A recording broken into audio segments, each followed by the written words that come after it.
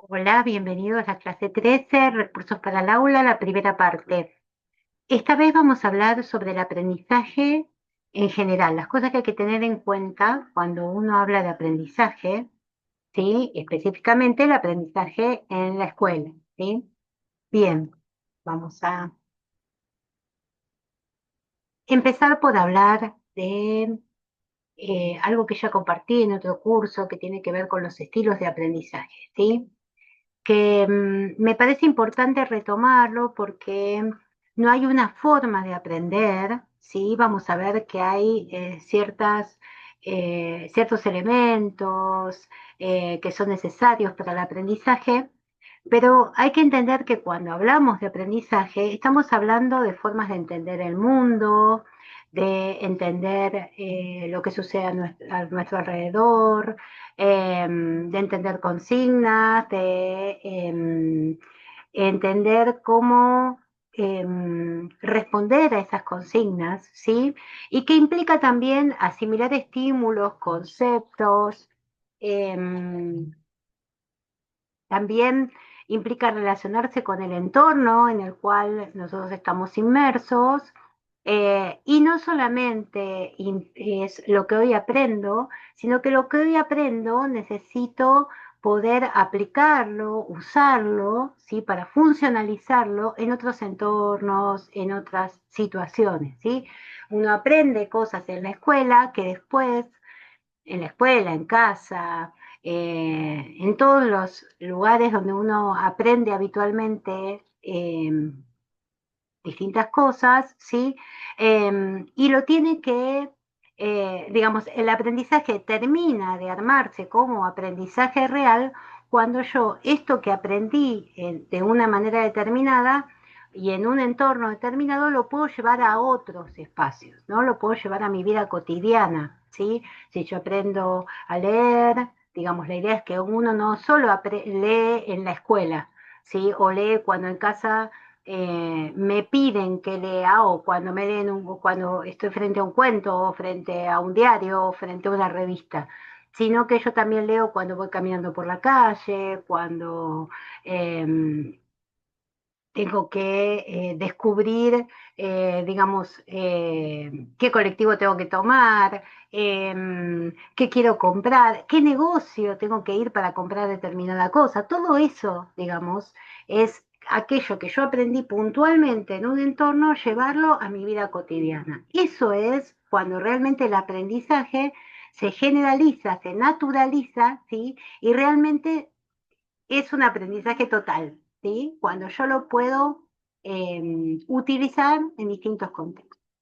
Y esto solo se va a dar de acuerdo a los recursos que cada persona tenga, ¿sí? Y a las experiencias que vaya teniendo en su vida. ¿M? Eh, y con todo esto es con lo cual se termina de configurar una forma de aprender, ¿sí? Específica, particular, que es la que tenemos cada uno de nosotros, ¿sí? No hay una única forma de aprender, sino que hay eh, quizás hay distintas formas de enseñanza, pero de aprendizaje también hay distintas formas. ¿M? Y esto es lo que vamos a tener en cuenta cuando hablamos de aprendizaje, ¿sí? Hablando de personas que no tienen dificultades o que no son evidentes esas dificultades o que no las presentan, y también con aquellas personas que sí tienen alguna dificultad específica en el aprendizaje. Bueno, ¿qué necesitamos para aprender? Todo esto que yo les voy a contar, después les voy a mandar un material que es un material que fue elaborado por INECO, que es una institución que tiene una mirada neurocognitiva, ¿sí? Que es de acá, de Argentina, que se armó como materiales para docentes, ¿sí? Del Ministerio de Educación de nuestro país, hace unos años, ¿sí? Entonces yo se los voy a mandar porque más allá de que habla del aprendizaje habitual de todos, me parece que es importante tenerlo como base, digamos, como para poder entender cuando aparece una dificultad. ¿M? Entonces, para poder aprender adecuadamente, ¿sí? Y poder aplicarla posteriormente, como hablábamos de esto de la naturalización, de la generalización, necesitamos poder sostener la atención, ¿sí? Eh, Ahora, hay muchas cosas por las cuales uno puede no prestar atención y aún más no sostener la atención, porque quizás puede prestar atención en un primer momento, pero después complicarse para sostenerla durante todo el tiempo necesario para poder entender o una explicación o una consigna. ¿Por qué? Porque generalmente nosotros aprendemos en entornos donde no están estructurados para que, o sea, que no hay otros estímulos presentes. En general sí, nosotros tanto sea en el aula como en casa, hay un montón de estímulos presentes permanentemente. Entonces, digamos, esta necesidad de focalizar la atención en aquello que es relevante y poder descubrir qué es lo relevante y lo que no lo es, digamos, es algo que uno también aprende, ¿sí? A hacer, ¿sí? Es algo que es necesario para que el aprendizaje sea real, ¿sí? Y sea significativo. Eh, entonces, hablamos también, que también lo habló Vanessa en su momento, ¿no? De la importancia de las funciones ejecutivas, ¿sí? Que es parte del aprendizaje también, además de la atención. Y hay tres que son sumamente importantes, que es la memoria de trabajo, el control inhibitorio y la flexibilidad cognitiva. Fundamentales, digamos, para que uno pueda aprender. Eh, la memoria de trabajo es que cuando uno, digamos, aprende a hacer, ¿sí? Aprende los pasos, aprende un procedimiento, aprende una forma, con lo cual va incorporando estrategias, va incorporando procedimientos, ¿sí? Entonces no es solo una explicación lo que uno aprende, sino también cómo realizar esa actividad para que la actividad sea eficaz, ¿sí? Para que lleguemos al objetivo que nos propusimos. Necesitamos un control inhibitorio, justamente aquello que nos permita, digamos, focalizar, que nos permita estar en la postura adecuada para poder hacer, digamos, la acción que necesitamos, poder tener el control de nuestro cuerpo. ¿Se acuerdan que cuando hablábamos de la presentación y las características de las personas con este trastorno, hablábamos de que muchas veces una de las dificultades que tienen es justamente para controlar su cuerpo, ¿sí? Que por eso muchos parecen torpes o tienen dificultades. Bueno, precisamente porque para el aprendizaje se necesita el control inhibitorio, ¿sí? Y la flexibilidad cognitiva. La flexibilidad cognitiva tiene que ver con la posibilidad de integrar, ¿sí? Recursos, de poder pensar alternativas, de poder decidir a partir de opciones que yo voy incorporando. Y de poder descubrir que no siempre frente a una situación voy a poder responder de la misma forma. Me tengo que acomodar a la situación, tengo que pensar alternativas, tengo que decidir sobre esas posibilidades para encontrar la alternativa más adecuada.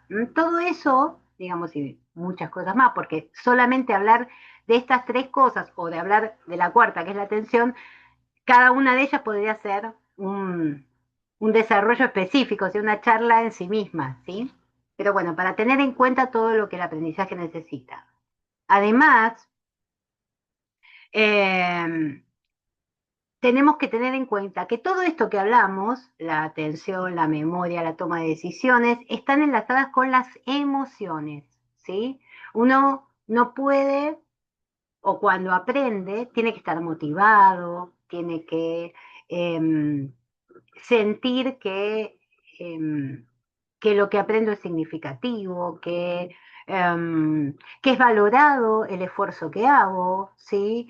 Que digamos que hay, por eso también es el tema, por más de que hay mucha discusión sobre el tema de las notas y sobre todo, pero bueno, es también una forma de poder eh, valorar el esfuerzo, valorar, digamos, poder que la persona, que cada chico pueda tener, cada chico, cada persona, cada adulto, digamos, pueda tener, digamos, un feedback, ¿sí? De cómo va aprendiendo, si es eficaz o no en las estrategias, en los recursos que está poniendo en juego al aprender. Entonces, las emociones y el pensamiento son interdependientes, son procesos cerebrales interdependientes. ¿sí? Entonces, yo puedo, a través de las emociones, puedo comprender el qué, el cómo, el cuándo y dónde las personas pensamos, recordamos, tomamos decisiones y aprendemos, ¿sí? Porque, digamos, todo, por eso es también tan importante esto de poder transmitirle a todos los chicos, digamos, que em, su recorrido, su esfuerzo, más allá de la producción, de la calidad de la producción, tiene un valor en sí mismo, ¿sí? Por eso muchas veces uno, como psicopedagogo, digamos, trata de reforzar todo el tiempo, ¿sí? Las aproximaciones al aprendizaje eficaz, ¿sí? Que no es solamente que logre el objetivo que quiere, sino el hecho de que lo intente, el hecho de que se acerque al objetivo, aunque no lo logre en un principio, ¿m? Esto de poder que el chico registre, ¿sí?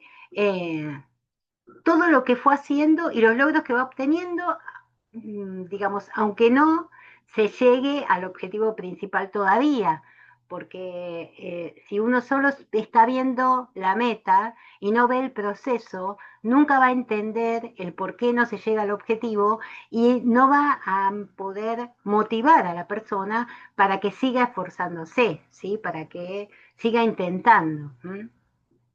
Entonces, como dice aquí, ¿sí? Las emociones son como un timón, ¿sí? Nos muestran cómo nos vamos comportando, cómo nos vamos sintiendo, si nos estamos motivando, si no, ¿sí? Entonces, no podemos dejar de tenerlas en cuenta. ¿M? Otra cosa que tenemos que tener en cuenta es que el estrés está siempre presente, ¿sí? En los aprendizajes. Y el estrés, ¿por qué? Porque, digamos, es lo que sentimos cuando estamos frente a algo nuevo, lo que sentimos cuando estamos en situaciones de evaluación o cuando estamos en situaciones distintas a las habituales, ¿sí? Y esto es algo normal y adaptativo. El cuerpo tiene que, el cerebro, nuestro cuerpo, nuestro ser necesita adaptarse a las situaciones y esto genera un estrés. El estrés no es una mala palabra, el estrés es parte de nuestra vida, es una reacción normal de nuestro cuerpo para adaptarse, para generar, digamos, el equilibrio necesario para poder aprender, ¿sí? Pero sí puede ser algo que se genere como problema cuando es demasiado intenso, cuando supera, digamos, nuestro nivel adaptativo, cuando sentimos que no podemos regularnos, ¿no? Entonces, por eso también es importante tenerlo en cuenta y saber que es parte del aprendizaje, ¿sí? Otra cosa importante es que nosotros tenemos, o sea, una de las cosas que hay que trabajar generalmente con todas las personas que están en una situación de aprendizaje es aprender cómo, digamos, aprendemos, lo que se llama la metacognición, esto de poder evaluar, ¿sí? Nuestros aprendizajes. Para eso tenemos que conocernos, ¿sí? Tenemos que conocer nuestras fortalezas y nuestras debilidades. Muchas veces se comete el error de no hablar o no trabajar con los chicos para reconocer, digamos, los chicos, con todos, ¿no? Las debilidades que tenemos. O sea, como que o estamos haciendo hincapié todo el tiempo en las debilidades o hacemos todo el tiempo hincapié en las fortalezas. Y esto no es así. Todos tenemos debilidades y fortalezas y es importante conocerlas. Porque si yo sé que hay determinadas cosas que me cuestan, voy a poder hacer algo al respecto. Si yo siento que en realidad, bueno, es el entorno el problema y yo no tengo que mejorar, superar, aprender cosas nuevas, nunca voy a salir del lugar donde estoy, nunca voy a aprender más allá de lo que ya aprendí hasta ahora, ¿sí? Entonces, cuando hablamos de metacognición, hablamos de esto de conocer nuestras fortalezas y debilidades y también tener un conocimiento sobre los objetivos de aprendizaje. Es importante, digamos, que sepamos y que sepamos transmitir cuál es el objetivo principal de cada una de las cosas que nosotros queremos que el otro aprenda, ¿sí? ¿Cuál es el sentido? ¿Cuál es digamos, cuál es la meta a la que tenemos que llegar, ¿sí? Porque esto también motiva, saber hasta dónde o eh, el sentido de lo que estamos haciendo, también le da como que refuerza la necesidad de aprenderlo, ¿sí? Y también las tareas, o sea, eh, esto de minimizar cosas que son complejas, o sea, anticipar que algo que yo voy a trabajar o que vamos a plantear es fácil cuando en realidad no lo es generar en el otro, digamos, una expectativa que no se va a poder cumplir. Si yo anticipo que algo que vamos a hacer ahora va a ser un poco más complejo de lo que hicimos hasta ahora, la otra persona va a estar preparada, se va a estar preparando para eso. Pero yo lo que voy a hacer es, primero, ¿sí? Tratar siempre de respetar, digamos, la posibilidad de esa persona de aprender. No le voy a poner, digamos, un objetivo al cual todavía no puede llegar. Lo que voy a proponerle es algo que esté cercano a algo que ella aprendió, ¿sí? Entonces, vamos a ir sobre lo conocido, ¿sí? Para generar algo nuevo, pero diciéndole, apoyándolo en, bueno, yo confío en que, quizás no hoy, pero que en algún tiempo vas a encontrar la forma de solucionarlo. Primero, porque yo te voy a ayudar para hacerlo. Y segundo, ¿sí? Porque vas aprendiendo cosas que te van a posibilitar seguir aprendiendo cada vez más. O sea, a veces con el tema de no generar en los chicos estrés o no sobreexigirlos, nos vamos a la otra punta, que es no confiar en que ellos pueden superarse día a día, ¿sí? Entonces, teniendo en cuenta que hay que acompañar cuando es difícil, eso no quiere decir que no los enfrentemos a desafíos, ¿no? A que confiemos en que de a poquito van a ir superándose a sí mismos. Y también implica el conocimiento de las estrategias que son más efectivas. Cuando nosotros hablamos de recursos que pueden ayudar a que estén más atentos o que se autorregulen o que bueno, es esto precisamente, ¿sí? Eh, explicarles que el uso de un recurso específico, de como puede ser una agenda, como puede ser una, eh, un procedimiento escrito o explicado en pasos, visualmente presentado para que sea más fácil, ¿sí? Una consigna subrayada en color con las partes más relevantes subrayadas. Son estrategias, ¿sí? Que le van a hacer más sencillo poder resolver o que le van a hacer más fácil ser autónomo en la resolución. Entonces, digamos, la idea es esto, digamos, que no solamente aprendan conceptos, que aprendan a hacer determinadas cosas, sino que entiendan cómo hacerlos, ¿sí? Y qué recursos tengo que usar en cada momento que me facilita la resolución correcta. Esto se enseña, o sea, a uno en la escuela nos enseñan que si yo quiero resolver una cuenta, tengo que hacer un procedimiento específico para resolver una cuenta. Si yo quiero escribir, tengo que tener en cuenta ciertas cosas, como por ejemplo que escribimos de izquierda a derecha, ¿sí? Que escribimos sobre el renglón, no en cualquier parte. Que eh, empezamos, que una oración se empieza generalmente con un artículo, ¿sí?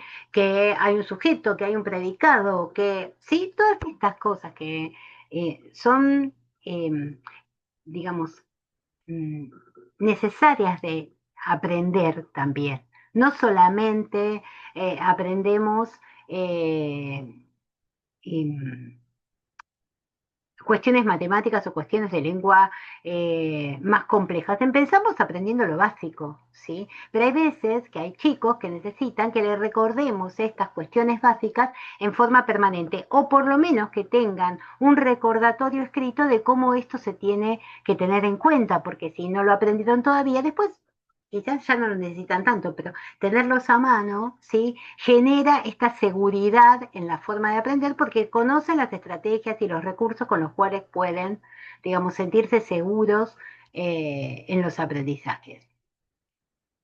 Entonces, como dice aquí, los estudiantes deben conocer cuáles son los procedimientos que facilitan resolver las tareas de aprendizaje y cómo se implementan, ¿sí? Bien.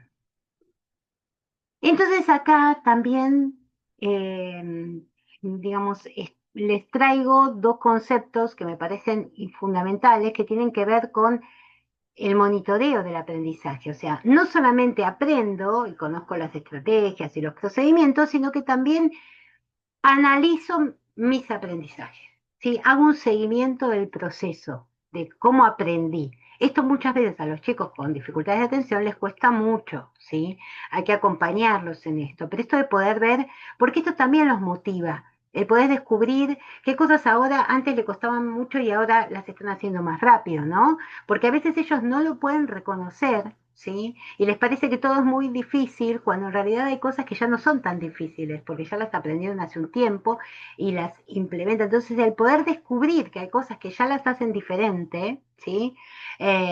Cuánto están progresando en relación al objetivo planteado, ¿sí? Es fundamental. Y también esto de poder evaluar si algunas cosas las podrían hacer de otra manera para que sean más eficaces, si se les ocurre a ellos cómo hacerlo, no siempre dar las respuestas, darles la posibilidad de que ellos también puedan descubrir, ¿sí? Cómo hacerlo, ¿no? Y pensar en cambios que quizás para una próxima vez le puedan resultar más efectivos, ¿sí? Otro punto importante es el control del aprendizaje, ¿sí? Todo aprendizaje implica tomar decisiones, ¿sí? Para alcanzar los objetivos. Entonces, también es importante revisar las decisiones que hemos tomado, si fueron las más adecuadas, si fueron las más eficaces, si puedo pensar en otras acciones que puedo tener en cuenta para una próxima vez, ¿sí? Si en realidad digamos, es parte del proceso, que les quede claro que es así, que uno en un inicio puede tener una idea y que después, cuando está haciendo, se da cuenta que no. Y esto de revisar y de reiniciar, porque no me sirvió lo que pensé en un principio, esto no es un fracaso, esto es lo necesario, esto es aprender. Aprender significa la revisión, aprender significa que no siempre voy a hacer las cosas de la misma forma, sino que hay alternativas, ¿sí? Entonces, esto es fundamental. Estos dos puntos son fundamentales a tener en cuenta. Con cualquier persona que esté en una situación de aprendizaje. Pero en el caso de los chicos de los cuales estamos hablando hoy, es más necesario, pues muy necesario, digamos, trabajarlos específicamente. Hay que tener en cuenta también que el aprendizaje tiene fases, ¿sí? Hay una primera fase que tiene que ver con la preparación y la planificación, ¿sí? Yo primero tengo que tener en cuenta, ¿sí? ¿Qué es lo que voy a hacer, ¿sí? ¿Por dónde empiezo? ¿Cuáles son los pasos que debo seguir? ¿Con qué lo puedo relacionar de algo que ya aprendí antes, ¿no? ¿Y cuál es el método, la estrategia más adecuada para poder alcanzar los objetivos que me propuse? ¿Mm? Eh, una vez que me preparé, en algunos casos también la preparación tiene que ver con el entorno, ¿no? Eh, es tener en cuenta que para realizar determinada actividad necesito determinados elementos, necesito determinados materiales, que quizás si lo que voy a hacer va a ser estudiar, entonces necesito tal libro tenerlo cerca, o necesito tener, no sé, quizás si voy a subrayar con colores, cómo tener los colores cerca, para no tener que levantarme a buscar todas las cosas, ¿no? Preparar el espacio, sí, quizás sacar cosas del escritorio donde estoy trabajando que no me van a servir, guardarlas. Todo eso es la preparación necesaria para poder estar concentrado y tener lo adecuado para poder hacer la tarea que voy a realizar. Si tengo un lugar donde tengo escritos procedimientos, acordarse de sacarlos, tenerlos cerca como para poder revisarlos y encontrar aquello que me sirva, ¿sí? Y vuelvo a repetir, para no tener que levantarme, ir a buscar las cosas, entonces ahí vuelvo a desconcentrarme, vuelvo a perder el foco, ¿sí? Y eso, esto es algo que digamos, es específico el trabajo, digamos, en chicos que tienen dificultades de atención. Ayudarlos a prepararse, ¿sí? Para y planificar, ¿no? Bueno, vas a estudiar, vas a hacer la tarea, qué cosas necesito tener cerca, qué cosas no necesito y las guardo o las pongo en otro lado para que no me distraigan, ¿sí? Puedo estudiar o leer si está prendida la tele, si está... No, tengo que buscarme en otro lugar porque no siempre voy a lograr que todo el mundo, o sea, no, quizás no es el comedor el mejor lugar para poder estar estudiando, quizás mejor es mi habitación, donde estoy más tranquilo, donde puedo cerrar la puerta para no escuchar nada que me distraiga. ¿M? La segunda fase es la ejecución, ¿sí? Bueno, ya tengo todo lo necesario, ahora me centro en la realización de la actividad que tengo que hacer, ¿sí? Y esto implica también el monitoreo de cómo lo estoy haciendo y, como dijimos antes, el control de las estrategias, ¿no? Que tengo que poner en juego para poder realizar esa actividad. Y por último, hay una evaluación, ¿sí?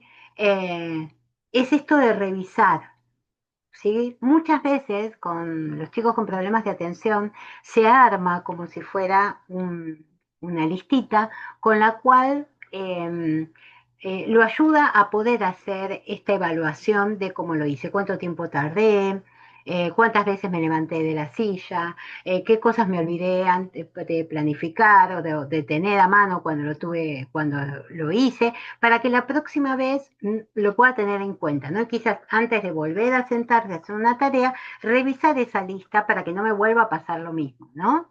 Tal vez preguntas de, bueno, llegué acá y no supe cómo hacerlo, bueno, quizás algo como para revisar, como para preguntarle a la maestra, esto no lo entendí, ¿no? Y tener preguntas preparadas para llevar al aula o para hacerle a la psicopedagoga cuando la vea. ¿M? Estas cosas que pueden mejorar, no es fácil, vuelvo a repetir, pero sí son, digamos, también estrategias que ayudan al aprendizaje.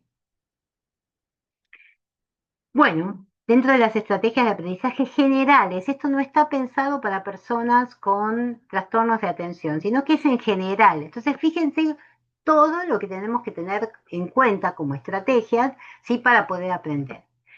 Integrar el material actual con el conocimiento previo, es decir, siempre, siempre es importante cuando uno presenta algo nuevo a un chico, a un adulto, o lo que sea, es tratar de trabajar sobre conocimientos que estén relacionados y que ya fueron aprendidos, ¿no? Como para contextualizar, para que no vea que es algo sacado de una galera que no tiene relación con nada, cuando en general todos los aprendizajes están relacionados con algo que ya aprendimos previamente.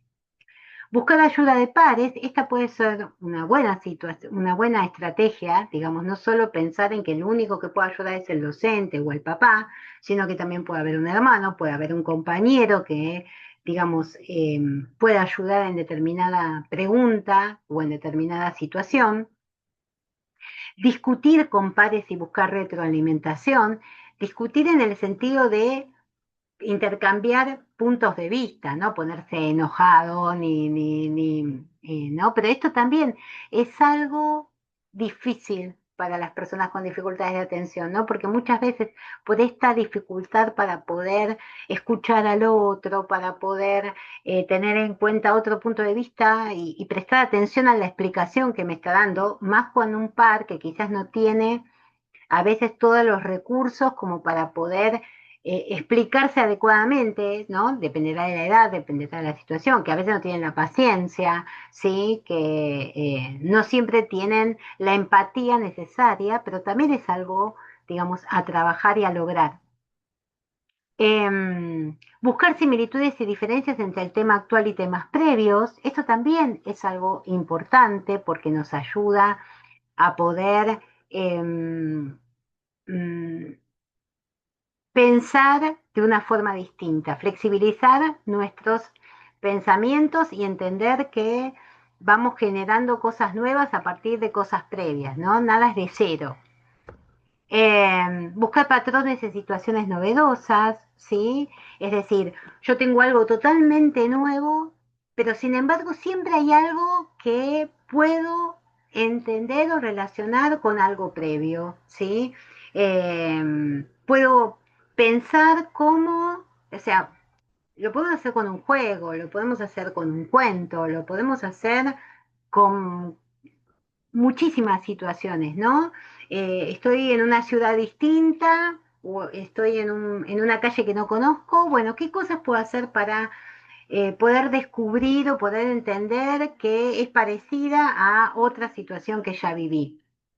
Eh, Elaborar y organizar el material, resumir, hacer esquemas, mapas conceptuales, esto es fundamental.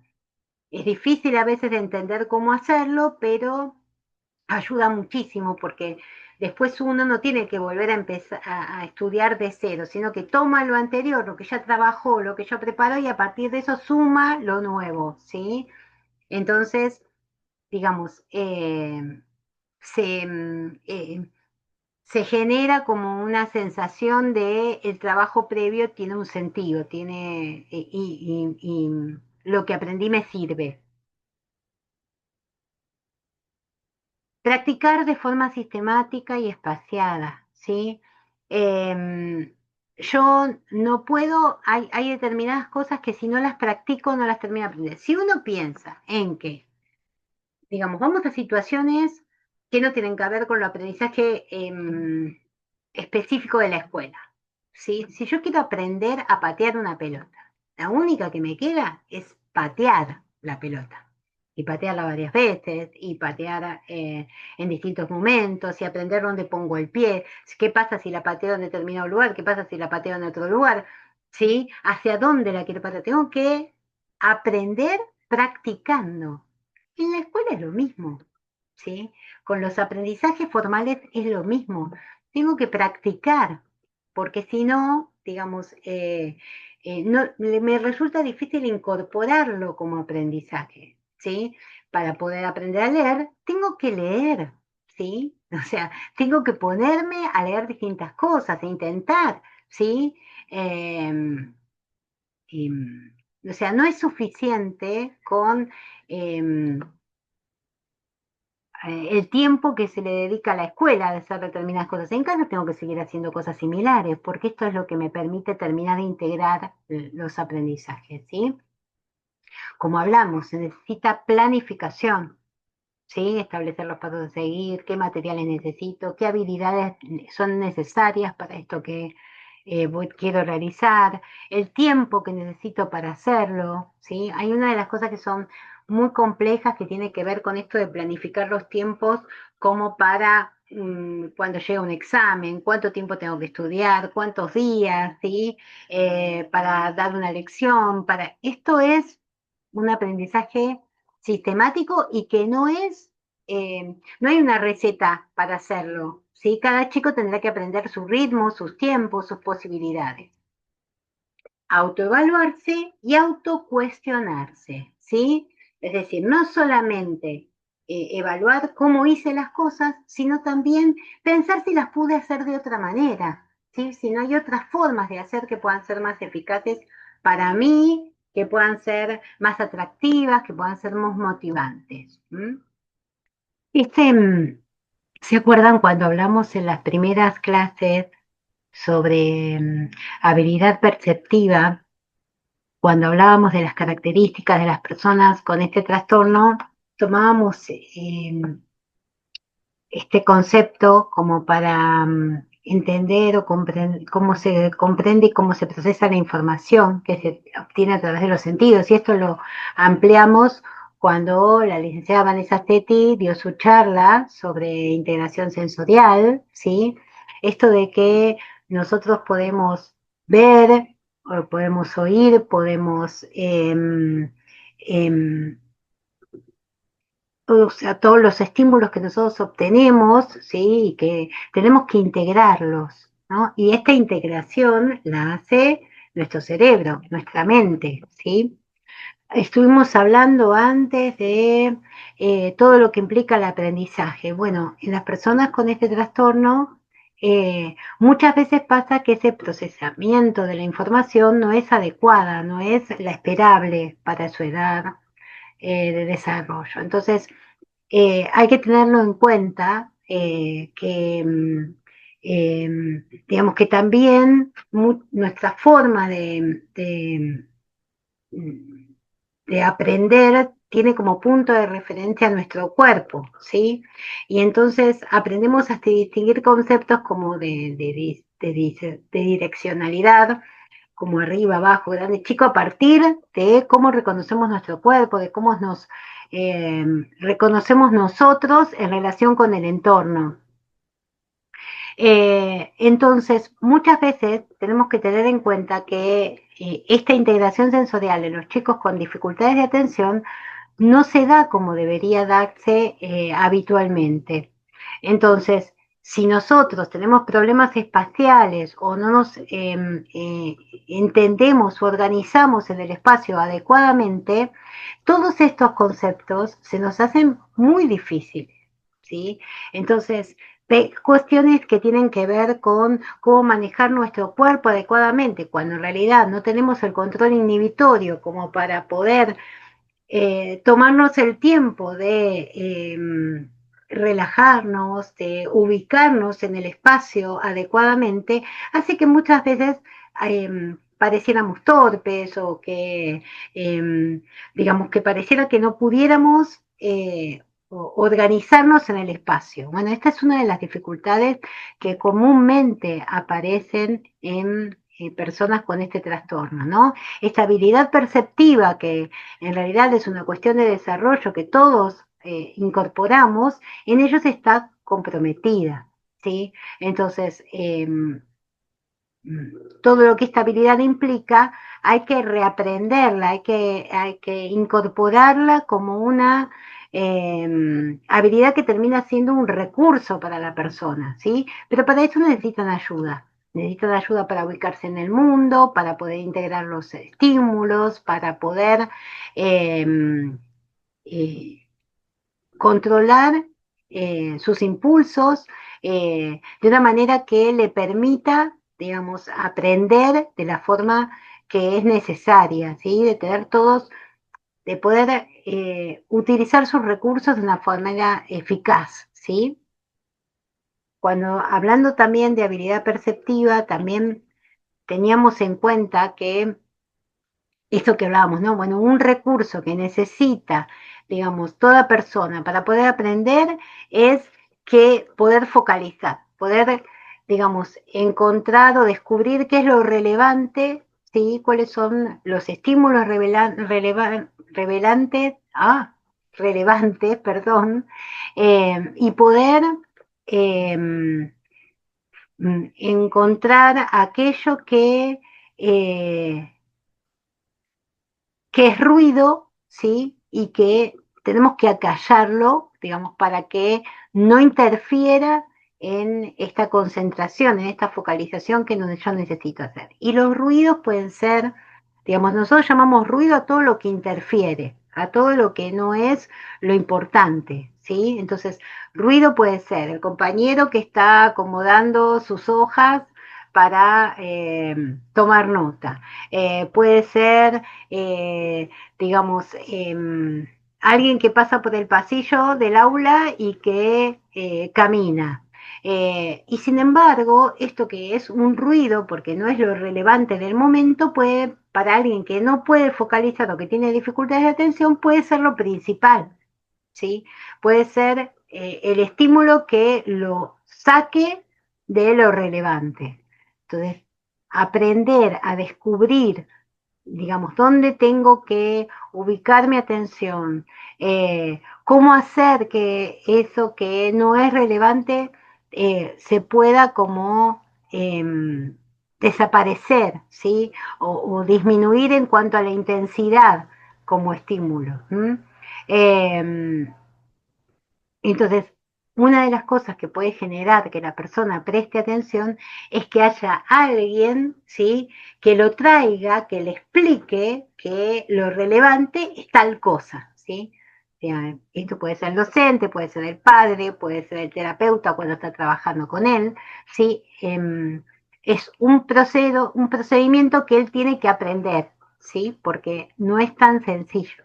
Muchas veces pasa que por ejemplo, personas que no han oído durante mucho tiempo porque tienen una sordera o porque tienen una disminución auditiva muy importante, cuando le ponen audífonos o cuando le hacen la operación para poder tener, para poder oír a través de un implante coclear, justamente lo que tienen que aprender es a oír, digamos, descartando lo que es ruido, ¿no? Es muy difícil hacer ese aprendizaje porque en general implica aprender a discriminar lo que es importante de aquello que no lo es, o lo que es importante para este momento, lo que es cuál es el sonido al cual tengo que prestarle atención y no a todos los que suceden, digamos, simultáneamente. Uno si hace el ejercicio de en algún momento de cerrar los ojos en cualquier situación habitual en la que está y presta atención a aquellas cosas que no suele prestar atención, o sea, los sonidos del ambiente, que uno con el tiempo fue aprendiendo que esos son sonidos del ambiente, no son las cuestiones relevantes a las cuales tengo que prestar atención, se da cuenta de todo lo que interfiere permanentemente, ¿sí? Y que puede distraernos de lo que es lo habitual o lo necesario tener como prioridad en un momento determinado. Traigo lo de la audición para sacarnos de lo que es, digamos, de lo que estamos hablando, que quizás para alguien que está acostumbrado a focalizarse, que está acostumbrado a prestar atención, a veces es difícil ponerse en la piel de aquel que le cuesta, ¿sí? Eh, pero bueno, hay gente que puede estudiar escuchando música a la vez o mirando la tele, ¿sí? Y hay gente que si no está en silencio absoluto no puede, ¿sí?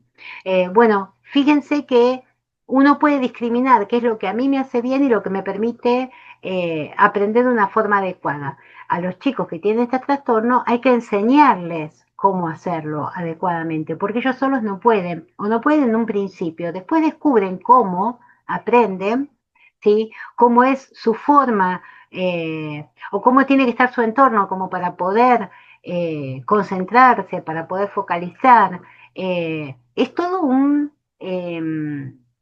todo esto que hablábamos de la planificación, que hablábamos de la organización previa para poder aprender, bueno, es todo un trabajo específico que hay que hacer para que puedan realmente ser efectivos en su forma de aprender, ¿sí? Entonces, quien está colaborando, ayudando o quiere hacerlo con una persona que tiene dificultad de atención, lo primero que tiene que hacer es asegurarse de que la persona preste atención a lo relevante, que pueda planificar eh, su entorno o ubicarse en el lugar como para poder tener los recursos a disposición, y también que tengan en cuenta los procedimientos que va a necesitar realizar, ¿sí? Y los materiales que necesita para poder realizar esa actividad. Todo esto también es algo que hay que aprender, ¿sí? Que esta persona necesita que lo ayudemos también en estas cosas. ¿Mm? Bien, hemos terminado la charla por hoy. Quiero em, hacer como un resumen de lo que vimos hoy. Primero tuvimos en cuenta que existen distintos estilos de aprendizaje, que no hay una forma de aprender, sino que hay muchas, que esto es algo que hay que descubrir, cuál es la forma en que yo aprendo, en cómo el otro aprende y ayudarlo a mejorar esa forma de aprender o descubrir la motivación en su forma de aprender. Estuvimos viendo también todo lo que implica el aprendizaje, ¿sí? Eh, ¿Qué necesito para poder aprender? ¿Cuáles son las fases del aprendizaje? Todo esto teniendo en cuenta qué es lo que necesitamos todos para poder aprender, ¿sí? Y en la próxima clase vamos a ver estrategias, vamos a ver recursos específicamente para el aula, ¿sí? Cómo podemos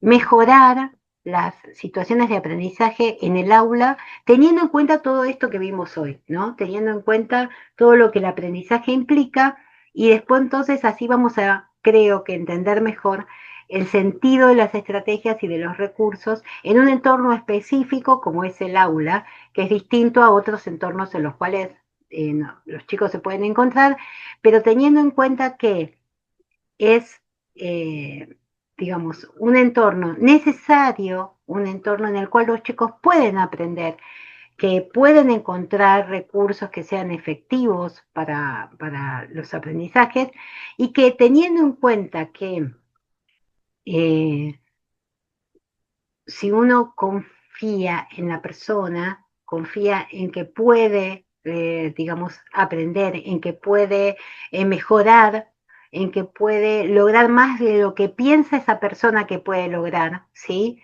Se va a sentir motivado, va a sentir que tiene logros, va a poder integrar esas estrategias, esos recursos como partes necesarias para su aprendizaje, no pensándolas que es diferente al otro, sino que es otro, ¿sí? O sea, que todos somos diferentes. Pensándolo desde ese lugar es de donde vamos a pensar los recursos y las estrategias en la próxima clase. Bueno, nos vemos. Espero que los haya ayudado lo que hoy vimos y que los motive para poder ver la próxima clase. Nos vemos.